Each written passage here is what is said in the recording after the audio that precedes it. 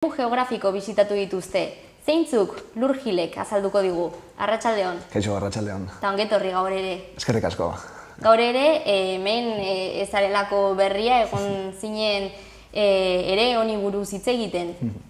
Bai, urte guztietan, ez, aurrera kantolatze ditugu urtero, eta beraz, deitzen diguzu eta gu pozik etortzen gara azaltzera. Hori, baina badazpada, agian badagolako norbaitor ezagutzen ez duenak, azaldu iguzu, zer da lehendabizi Askapena erakundea? Askapena Euskal Herriko erakunde internazionalista da, internazionalismoa herri mugimendutik garatzen duena, eta azken finean, herrien arteko zubiak eraikiz, elkartasuna bultzatuz, gure herrian pentsatzen duena, Euskal Herrian pentsatzen duena, internazionalismoz bustitzeko, geroz eta internazionalistagoa izateko, beste herrien askatasunean eta eskubideetan ere pentsatzeko, eta azken finean horrek ere guregan izan dezan elikadura bat, gure herri mugimenduak ere internazionalistak izan daitezen, eta beraz, elkartasunak geroz eta gehiago garatzeko gure proiektu guztietan, guri ere laguntzen baitigute kanpotik jasotzen ditugun elkartasun erakusle horiek, eta beraz, uste dugu ezinbestekoa dela garatzen joatea internazionalismoa Euskal Herri osoan. Bi direkziozko zerbait orduan. Hori da, internazionalismoa azkenean oinarrian duena da elkartasuna ematea, herri bezala ematea, Euskal Herritik ematea beste herri batzuei, eta jasotzea ere, beraz, zuk esaten duzun bezala bi direkzio horietan. Eta denbora luze darama taldeak eginkizun honetan? Bai, azken finean joan zen urtean, hemen Berriozarren ospatu genuen 30. urte hurrena, eta ja, 31. urterantz goaz, bada zerbait, eta orain erreleboa jaso dugun gazteagok, hortik edaten dugu, eta saiatzen gara, aurrera eramaten, duela 31 urte ja sortutako erakunde honetan. Jai polita sortu zen hemen Berriozarren? Bai, uste dugu azkenan giro polita sortu zela, ongi ospatu genuela 30. urte hurren hori, uste dugu ere beharrezkoa zela, 30. urte hurren bat, ez delako txorakeri bat, eta beraz, balio izan duela internazionalismoa bultzatzen segitzeko, eta indartu dela uste dugu, Euskal Herri osoan. Eta hori, sortu zen hori dela 30 urte, ze testu inguruan, zergatik?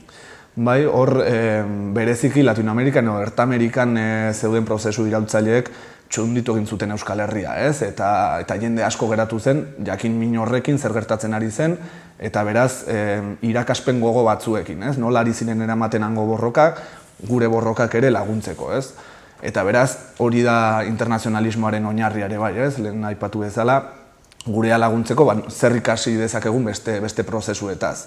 Eta bereziki Latinoamerikako iraultza sandinista eta Salvadorreko iraultzak horiek sortu zuten internazionalismo antolatuaren lehenbiziko hazia, eta hor antolatu ziren komiteak elkartasuna adierazteko, brigadak ere joaten hasi ziren oso modu ezberdinetan, gaur igual ulertzen ez ditugun moduetan, baita ere armen bidez borrokatzera joan zen jende asko Nicaragua eta El Salvadorrera, eta beraz hortik antolatzen joan zen jada internazionalismoa geroz eta gehiago, eta Askapena bera ere sortu zen, esan bezala, iraultza armatu horien bero horretan, eta gero asko aldatzen joan da, bai bertako egoera bai hemengoa, eta internazionalismoa bera, nahiz eta oinarrian balore berak mantentzen dituen, elkartasuna geroz eta politikoagoa izatera pasa da, hau da, ez goaz beste leku batera laguntzera eta esateran nola egin behar diren gauzak, alderantziz, ikastera goaz, elkarbanatzera esperientzia ezberdinaz, eta beraz, hango borroka laguntzen badu eta gurea laguntzen badu, ongi etorria da eta beharrezkoa gainera, Eta, sortutako lehendabiziko brigada horiek ezberdinak azaltzen duzunarengatik orain egiten denarekin konparatuz. Agian, atzekaldean dagoena ideia bera azkenean azaldutakoa hori, aberastasun hori lortzea eta nortzuk hasi zuten, noren eskutik hasi zen ekimena eta zenbat kide zaudete orain? Bai, hor nik uste saiatu ginela ere 30. urte hurrenean hori adierazten, hasieran sortu zuten kide horien erreleboa edo adierazten, eta garai horretan gainera eztabaida izan zen, internazionalismoa nola izan behar zen, herri bezala hau da, Euskal Herri bezala egin beharrote zen, edo ez. Eta askapena sortu zutenek ondorioztatu zuten internazionalismoa, gainera esaten duen bezala, nazioen arteko elkartasuna da, eta beraz Euskal Herria nazio bezala aitortu beharra zen elkartasun hori garatzeko, ez? Eta horregatik sortu zen askapena bera Euskal Nazio Askapen Mugimenduaren baitan ere, ez? Onartuz eta indarra jarriz Euskal Herriaren askapen borrokan ere. Eta beraz, elkartasuna adieraztera zihoazenean, horren izenean edo horren barnean joaten ziren, ez? Borroka baten parte izanik. Hau da, ez zuela zentzurik, elkartasun bat adieraztea pertsona solte batzuen, ez eta ongi dagoen, baina azkenean ez duela funtzio bera herri bezala ematen badugu, ez? Edo bueltan ere jasotzerakoan Euskal Herriak eta Euskal Herriko borrokak behar du elkartasun hori, ez pertsona soltek oro har, ez? Orduan, horregatik sortu zen askapena, herri mugimenduan lantzeko hori, eta adierazteko elkartasuna herri bezala behar zuela, eta aldi berean Euskal Herriko borrokek behar zutela internazionalismoa aurrera egiteko, ez? Eta horregatik, jende gutxik sortu zuen askapena garai horretan, pixkat eztabaida eman zutenak, eta gora berak ere izan ditu, ez? Jende gehiago izan zuen hasieran iraultza horien suaren baitan, gero pixkat lasaitu zen, eta gora bera horien baitan, orain geratu gara, generazio berri bat esango genuke, ez? Haiek sortu zutenek euren lana egin zuten, erreleboa eman ziguten, eta lortu duguna da Euskal Herri osoan antolatuak egotea, ez? Kosta izan zaigu ere askapenaren historian zehar Ipar Euskal Herrian lan egitea, eta esan dezakegu orain lortu dugula, eta Euskal Herriaren leku guztietan lortzen dugula borroka internazionalista aurrera eramatea, ez? Zailtasun gehiagorekin edo gutxiagorekin, eta jakitun antolakunde txikia garela, eta talde txikiak ditugula, eta ustut garrantzitsua dela ere hiriburutaz gain izatea beste herri batzuetan, eta esaterako hor talde indartsua ditugu Debagoienan, Sakanan, Irun inguruan, beste leku batzuetan baditugu taldeak, eta hor egiten da lana, ez? Eta gero jende solte asko ere askapenarekin harremana izan duela, brigadetan igual joan dena, edo besterik gabe internazionalismoa landu nahi duela, baina beste 1000 kontu ere lantzen dituela bere herrian, ez? Hori asko gertatzen delako gurean 1000 kontuetan egoten dela jendea. Eta horren bidez, lortzen dugu ere, gauza txikiak egitea, gure geografia osoan, ez? Eta nahiz eta eragile txikia izan, uste dugu badugula gaitasuna pixkat eragiteko, ez? Herri askotan. Eta nola koordinatzen da sare luze hori? Hor, ahalik eta horizontalen egiten saiatzen gara, ezta? Ditugun taldeak edo daukagun sare hori guztia, ez? Pertsona solteekin, laguntzeko prest dagoenarekin edo konpromiso gehiago hartzen duen jendearekin, saiatzen gara herrialde mailan, kasu honetan Nafarroa mailan, ahalik eta harreman gertukoena izaten, eta joan etorriko ere informazioa izaten, ez? Esan dezako beharrezkoa da, ez? Zuzendaritza bat, eragile nazional guztietan bezala, baina esan bezala saiatzen gara ahalik eta horizontalena izaten, eta informazioa ahalik eta gertuena izaten zuzendaritzaren eta herrien artean, ez? Eta horren bidez, urtean zehar askotan biltzen gara, egia esan, eta saiatzen gara, askapenaren kide izateko sentimendu hori ere indartsua izaten, ez? Eta nik uste askapenak lortu izan duela hori, ez? Harrotasunez edo sentitzeko askapenaren parte eta lagunak izatea ere, esan bezala ez, Baionako kide bat, Bilbokoa edo Tuterakoa, harreman oso gertukoa izan, eta gauza asko konpartitzearena, ez? Eta elkarrekin maila nazionalean egiten ditugunean gauzak, gustora joaten gara, ez?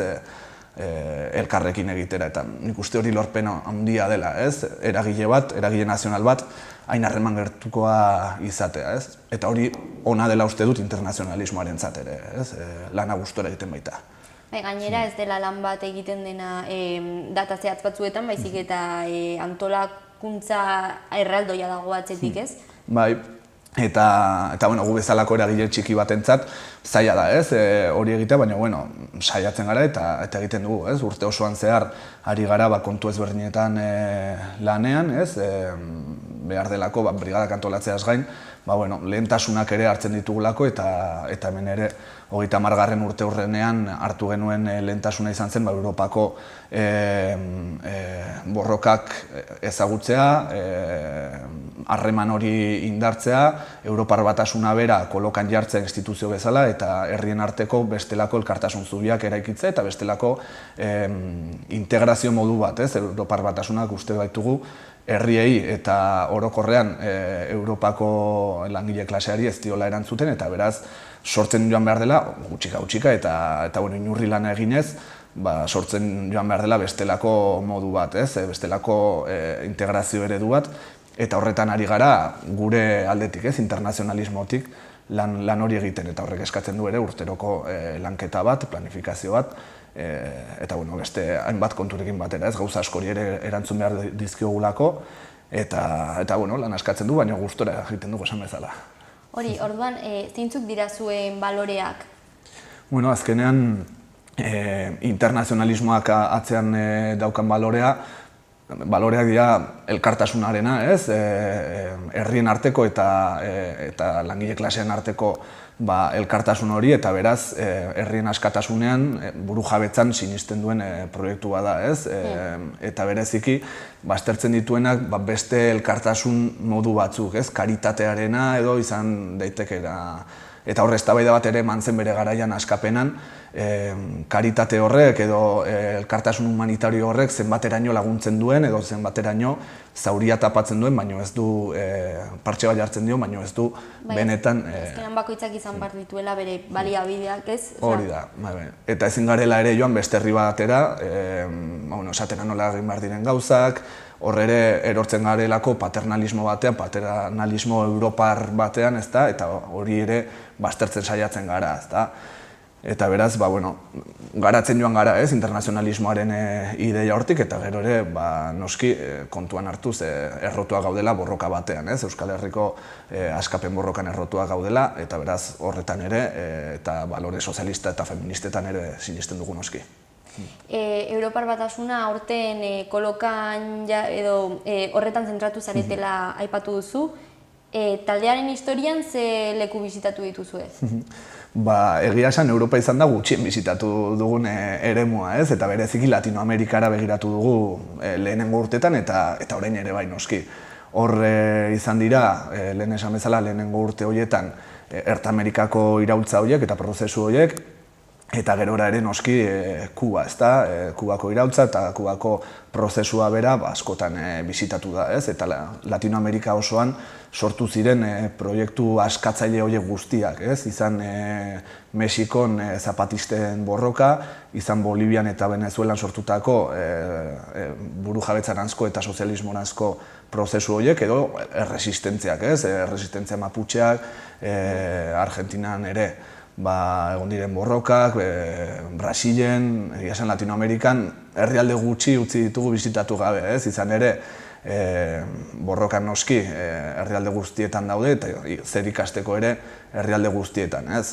Eta Latinoamerika izan da argi izpi bat Euskal Herriaren dako eta horregatik uste izan dugu urtez urte irakaspen horiek hartzen joan behar ginela, ez?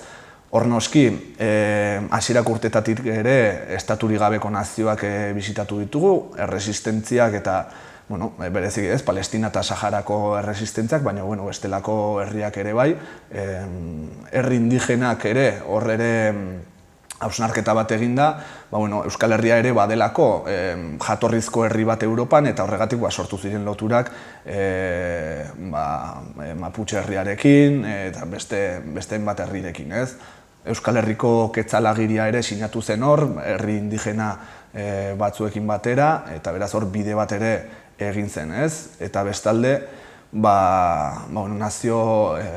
estaturik gabeko nazio ez aparte, beste borroka batzuk ere ezagutzera joan gara, eta azken urteetan, esan bezala, Europan ari gara saiatzen ezagutzea, ez? Askotan, edo gehiegitan baino oso lehentasun ikaragarrian eman diogulako Latinoamerikari, baino hemen ingurukoa ez dugu hainbeste ezagutu, ez? Eta beraz, uste genuen lehentasunezkoa zela orain Europako borroka ezberdinak ezagutzea, ez? Naiz eta uste gu ere ahultasun batean dagoela ezkerra Europan, beharrezkoa delako borroka txiki horiek eta esperientzia txiki horiek ezagutzen joatea, eta baita ere Estatu Espainol eta Frantsesean dauden nazioak ezagutzea, ez? Horregatik, bai Bretainara, Korsikara, Gaztelara, Aragoiera, Andaluzia, herrialde katalanak eta bar ezagutzera joan gara, bertako borroka, bertako berezitasunak, eta uste dugu oso elikagarria dela Euskal Herriarentzat, ez? Eta zenolako borrokak daude adibidez hor Gaztelan edo Aragoien?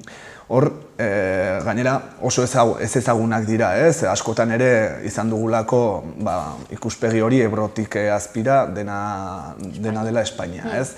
Eta beraz, hango mugimendu soberanistekin bildu gara, ez? Esaten dutenak eurek ere, Espainia izeneko gartzela horretan daudela eta nazioak ere badirela, ez? Aragoi nazioa da eta Gaztela ere nazioa da, eta beraz, mugimendu txikiak izanik ere, saiatzen dira borroka ezberdinak pizten eta ikuspegi nazionala emanez, ez? Hau da, askapen borroka ez da joan behar, Espainia oso askatzera, hor esaten baitzuten, ez? Espainia gorria izateko lehenbizik hautsia izan behar dela, eta beraz, nazio horietan ere egin behar delako hausteko borroka hori, ez? Eta Aragoien esaterako lurraren aldeko borroka, euren hizkuntzaren aldeko borroka ere Pirineo aldean, eta beste 11 borroka badituzte, ez? Edo Gaztelan ere, sentimendu nazional hori sortzeko, askotan ere gaztelera, esaten dugu Espainiako hizkuntza da, baina gaztelera gaztelako hizkuntza da, ez? Aragoiko hizkuntza aragoiera den bezala, ez? Eta, gero, edozein herritan ematen diren borrokak, ez? Langile borroka feminista eta bar, horiek guztiak ezagutzea, uste dugu ezinbestekoa dela, ez? Eta aspaldi uste bagenuen ere, asko lagundu dute eta guk ere jaso dugu elkartasun hori Gaztelatik adibidez, eta mugimendu komuneroak emandako elkartasun asko jaso izan dugu, azken urtetan ere, Auzitegi Nazionalera joaten zen jendeari lagunduz, elkartasuna adieraziz, orain ere Altsasuko gazteekin Kristoen elkartasuna adieraziz, izan ere, kartzelak haien herrian daude, ez? Eta gira esan, elkartasuna oso handia izan da adierazi digutena, ez? Eta uste guk ere herri bezala eskertu behar diegula, ez? Gaztelar herria aritu elkartasun hori ematen. Oso kuriosoa eta interesgarria, justo ere hori Gaztelako herrinutik mantzelako konkista eta guzti hori eta hau entzutea, polita. Azkenean elkartasuna lortzen da. Mankomuniko gauzak.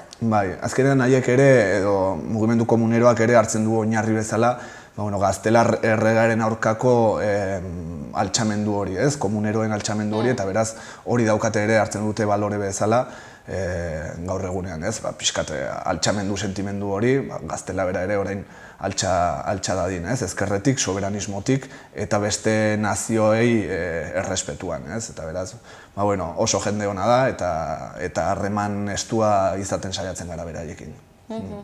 Eta orduan hori, aurten Europan zentratu zarete, alde batetik esan dugulako 3 eremu geografiko bisitatu dituzuela. Izan ere, 3 eremu geografiko horiek bisitatzeko arrazoiak ere, uste dugu direla, imperialismoak ere hor jarri duela atentzioa eta hor jarri duela estrategia, ez? Eta ekialde hurbila litzateke bat, Europa bestea eta Latinoamerika 3. ez? Bere hegemonia esan dezakegu kolokan jarri dela eremu horietan, bereziki Latinoamerikan, baina ekialde hurbilean ere eta gerra testuinguru horretan gauza asko mugitzen ari dira, ez? Eta Europan bertan ere, Europar batasunak bizi izan duen krisiarekin eta orain hartzen ari duen indartze edo behintzat hegemonia izateko helburu horrekin, uste dugu geroz eta zapalkuntza gehiago ematen ari zaiela Europako herriei, ez? Eta beraz, lehentasuna jarrita Europan, aurten bi brigada atera ditugu Europara, datorren urtekoak prestatzen ari gara, gehiago ateratzeko, brigada gehiago ateratzeko Europara, baina iaz ere egin genituen 4 brigada Europan, eta beraz, goaz, geroz eta gehiago egiten, ezagutzen beste herrialde batzuk, borroka berriak ere, oso azkar mugitzen direlako ere gauzak Europan, ez? Eta bueno, lortu dugu, aurten Grezia eta herrialde katalanetan egin ditugu brigadak, eta datorren urterako ari gara, esan bezala, ez beste batzuk prestatzen. Hori, Frantziare esan duzu, Bretainian, ez? Aurten ez dugu egin, iaz egin genuen Bretainara, baina jaso dugu Bretainatik brigada bat guk aurten. Bai, egia. Eta, baina horretan sartu baino lehen, orduan, Europa, Ekialde Hurbila eta Latinoamerika, uda honetan. Hori da. Eta, zenolako balorazioa egiten duzu taldetik? Oraindik ez gara brigadista guztiekin elkartu, izan ere, orain herrialde katalanetako brigada orain ari da bertan, diadaren testu inguruan, egiten dugulako beti brigada, baina bai, oraintxe bueltatu direla Latinoamerikako brigada asko, ez?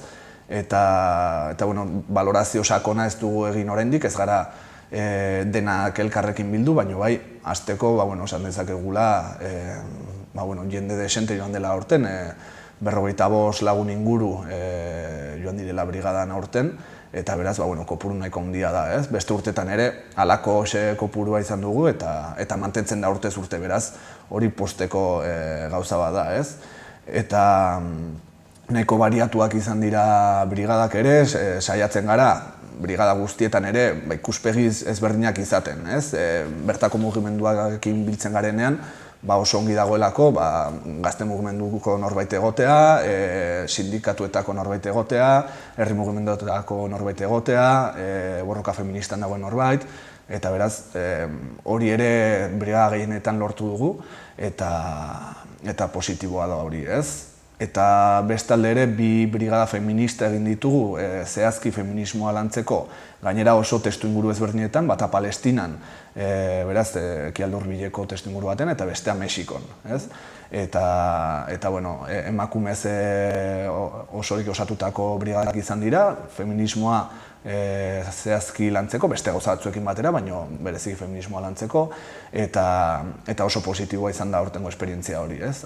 Iaz hasi ginen ere Palestinako brigada feministarekin, aurten hori mantendu dugu eta Mexikokoa sortu. Eta uste dugu errotu direla brigada feminista horiek eta hemendik aurrera ere mantenduko ditugu. Eta ara joaterakoan nola lantzen dira gai horiek? Zer egiten da? Hor, denetik izaten da, ez? Bilerak izaten dira eragile askorekin, pixka kontatzeko, ez? Eta bi aldeetara kontatzeko, ez? Gurea haiek kontatzeko eta haiek ere eurena kontatzeko, baina gero ere esperientzia ezberdinak, leku ezberdinak bisitatzen dira, bertatik erakusteko, ez? Sortu dituzten, autogestio proiektuak, herri botere proiektuak, ekonomia alternatiboko proiektuak, eta abar, ez? Horiek guztiak bisitatzen dira. Gero ere, irratietan, telebista komunitarioetan eta abar elkarrizketak egiten dizkigute.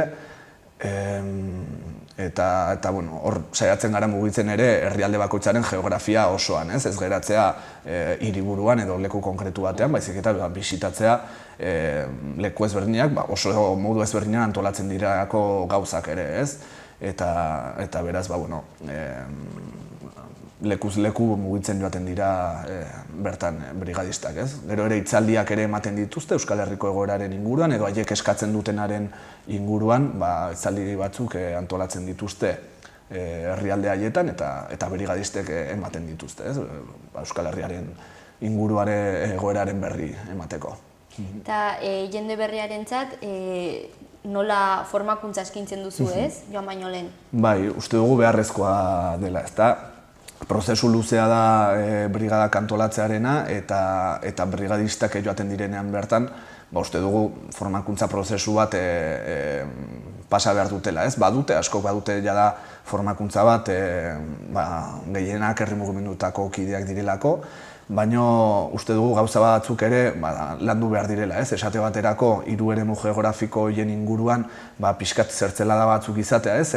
Zer gertatzen ari den, imperialismoa bera ere zertan ari den, ez estrategia daraman, guk nola desenmaskaratu dezakegu ere imperialismoa, internazionalismoa bera nola ulertzen dugun ere, pixkat horretako zantzu batzuk ematea uste dugu garrantzitsua dela, eta gero proiektu konkretuen inguruko formakuntza edo askapen prozesu batzuen inguruko formakuntza, esate baterako ze gertatzen ari den Sirian, ekialde hurbilera doan jendea, edo Latinoamerikan, Venezuelan gertatzen ari dena nola ulertu dezakegu kontinentearen testu inguruan, Europan ere, Europar Batasuna bera ere zer den, zer dagoen horren atzetik, ze borroka dauden herrialde ezberdinetan, eta gero ere gauza konkretuak ez jatueko perspektiba paternalista europar horrekin, bai elkartasuna jorratzerakoan edo feminismoa jorratzerakoan,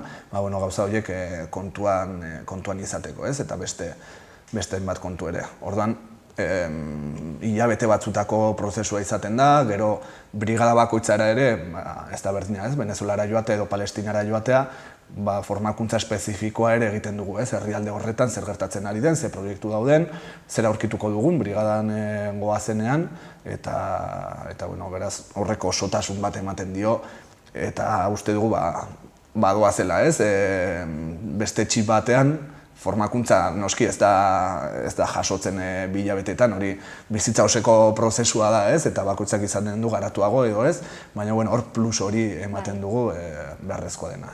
Eta brigadistei dagokienez, kolektibo edo profil ezberdinekoak direla ere esan duzu, eta ze adintartekoak? Denetik izan dugu, azken urteetan igual gazteagoak izan ditugu, baina azken 2 urte hauetan bariatuagoak izan direla, ez? Eta 60 urteko pertsona batetik, 18 bitarteko pertsona joan dira. Gainera oso aberasgarria da, brigada brigadan zoazenean, mugimendu ezberdinetako eta adin ezberdinetako pertsonak izatea hor asko ikasten duzulako ere, brigadak bera ere formakuntza prozesu oso potentea da. Bai bertan ikasten duzunaren gatik, hau da, Venezuelara baldin bazoaz zer ari diren Venezuelan egiten, ze proiektu dauden eta bar, baino baita ere brigadak ideetaz asko ikasten da, eta asko elkarbanatzen da. Askotan oso testu inguru ezberdinetatik gatozelako, izan adinagatik edo izan Ipar Euskal Herrikoa delako bat, Hego Euskal Herrikoa bestea, edo mugimendu ezberdinetakoa, eta horrek asko aberazten du norbera, eta beraz horrera jo behar dugula uste dugu, adintarte ezberdinetako jende izatea, herri mugimendu ezberdinetakoa, batzuk ere ez dute parte hartzen herri mugimenduetan, baina badute kontzientzia hori izan behar da, noski internazionalismoan sartzen bazara edo brigadetan joan nahi baduzu lehenagotik kontzientzia hori, bestela etzinateke joango, eta beraz, pixkate hori dena oso interesgarria izaten da brigadan, eta nik uste mantendu behar dugula hori, pixkat adin guztietarako.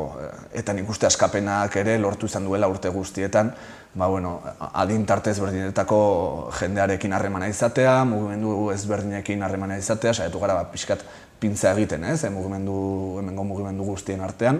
Azkenean hori delako helburua, pixkat bustitzea eremu guztiak Euskal Herrian. Eta momentuz ongi ateratzen ari da hori. Orduan, ekarpenak edo aberastasuna zuen artean, herrien artean, eta hori esan duzulako ere jasotzen dituzuela beste lekuetako brigadak. Bai, hori da, eta aurten Bretañatik, Frantziako Bretañatik jaso dugu brigada bat, bereziki pixkat ikuspegi horrekin, estaturik gabeko nazioen ikuspegitik, interes handia zuten hizkuntzaren gaia nola jorratzen dugun, herri kontzientziaren gaia nola jorratzen dugun, eta proiektu ezberdinak, herri boterea sortzen duten proiektuak ere, zeintzuk dauden Euskal Herrian, errepresioaren kontuare bainoski, eta luze bat, hor ere, uste dugu argazki oso kompleto batekin atera direla brigatik, ezagutu dutela oso ongi zer ari den mugitzen Euskal Herrian, ze proiektua den, ze borroka, zer izan den, eta nola dagoen gaur egun, Eta hori aurten jaso dugu, duela 3 urte oker ez banago, Venezuelatik ere jaso genuen beste brigada bat, bertako herri mugimenduetako kideena, eta datozen urteetan ere bide horretatik jarraitzeko asmoa dugu, ez? Bereziki Europan zentratuta eta Europako brigada jasotzeko helburu horrekin. Eta joan eta gero zer egiten da? Uste dugu hori dela interesgarriena, ez? Hau da, esaten dugu brigadista lana benetan bueltatzerakoan hasten dela, ez?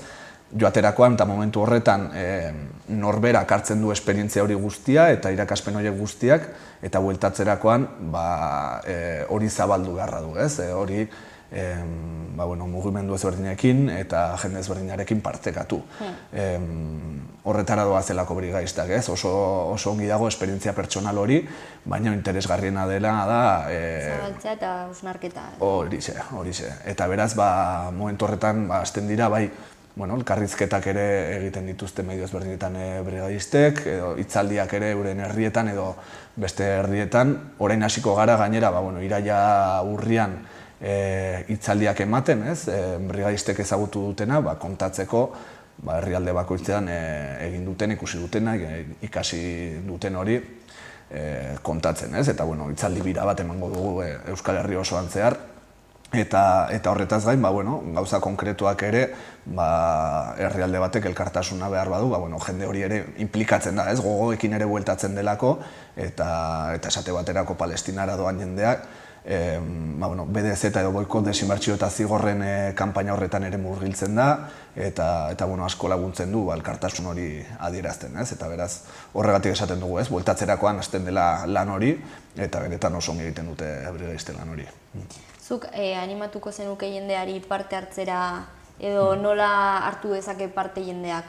Bai, hor alde batetik pertsonalki esperientzia oso ona delako, herrialde bat ezagutzera zoazenean, ezagutzeko moduriko berena, barnetik ezagutzea delako, eta bereziki borroka kultura horretik ezagutzea, ezagutu dezakezu kanpotik herrialde bat, baina horrela ezagutzea nik uste askoz interesgarriagoa dela, eta zuri aportatzen dizu pertsonalki asko, asko ikasten delako, eta bestalde, hor oso lan ona egiten delako ere Euskal Herriko herri mugimenduentzat, bueltatzerakoan, esperientzia hori elkarbanatzeak, asko laguntzen dituelako gure borrokak eta elikatzen dituelako, zentzu batean.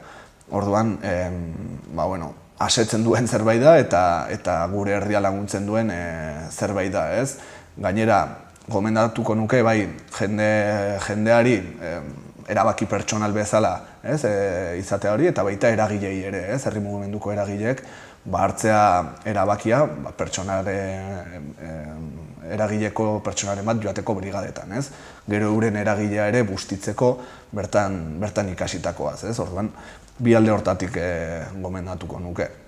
Eta lana da noski, bertara zoazenean ez zoaz oporretan, eta hori ere argi utzi nahi dugu, lana egitera doa, egun batzuk inkluso agobianteak izan daitezke, bilera bat, beste bat mugitu proiekturen bat ezagutzeko, irrati batera joan elkarrizketa bat egitera, eta bar, baina egun lasaiagoak ere izaten dira, eta azkenean lan politikoa eginik, hori da tokatzen dena, baina benetan merezi duela lan hori egitea. Zure kasuan nola hasi zinen, zu? Ni unibertsitatean nengoenean hasi nintzen, orain dela 6 urte izanen dira, 6-5 urte, eta lehenbizik Gasteizen ikasten nengoenean, Gasteizko taldean, gero Iruñara bueltatu eta Iruñan, eta ordutik ari naiz askapenan, beste gauza batzukin ere tartekatuz, hor izan ere, aipatzen dugu eta gure baloretan gure borrokak bultzatzea ere badagoela, eta beraz herriko proiektuetan eta implikatzen saiatuz ere, baina internazionalismotik eraginez, eta horixe, da 5-6 urte, ez dakit zehazki zen badiren, eta gustora nagonez, luzerako esperoa. Eta nola jakin dezakegu gehiago, nora jo dezakegu?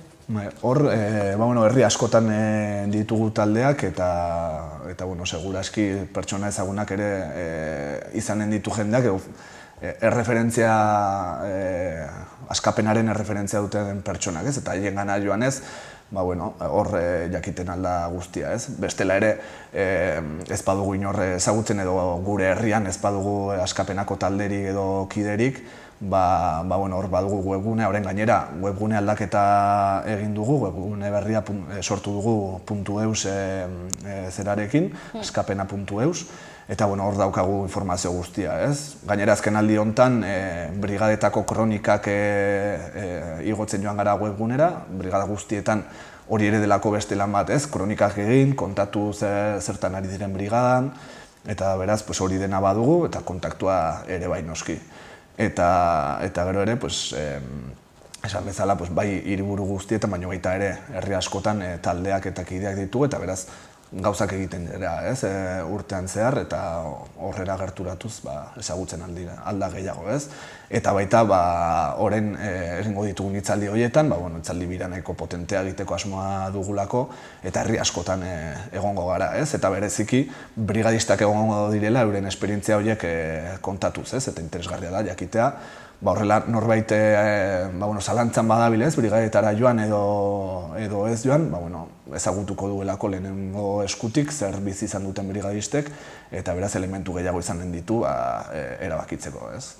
Hitzaldien datak itxiak daude? Ez, oraindik ez, oraindik ere justu oraintxe bueltatu direlako brigadistak, eta orain bildu behar gara haiekin eta ja konkretatzen joan. Hor, izan ere, leku askotako brigadistak izan ditugu aurten, eta haien herrietan fijo eginen ditugula hitzaldiak, eta gero beste herri askotan ere bai, baina oraindik ere ezer zehaztu gabe, ez? Espero orain beraiekin elkartzen garenean, lotzen joatea, eta egingo dugu publiko, pixka lotuta dugunean, publikatuko ditugu lekuak, eta are gehiago ere, edozein herritako jendeak nahi badu brigaden hitzaldi bat izatea, gurekin kontaktatzen aldu eta joanen dira brigadistak bertara, hitzaldia ematera. Bai, ez du, ez dakit noraino joaten zarete, ez? Euskal Herrian mugutzea hori da. Ederki Lur, eskerrik asko etortzeagatik. Eskerrik asko zuei ere, tarte bat emateagatik ez, eta kontatzen usteagatik. Oso interesgarria. Eta hurrengora arte. Oso ongi, eskerrik asko.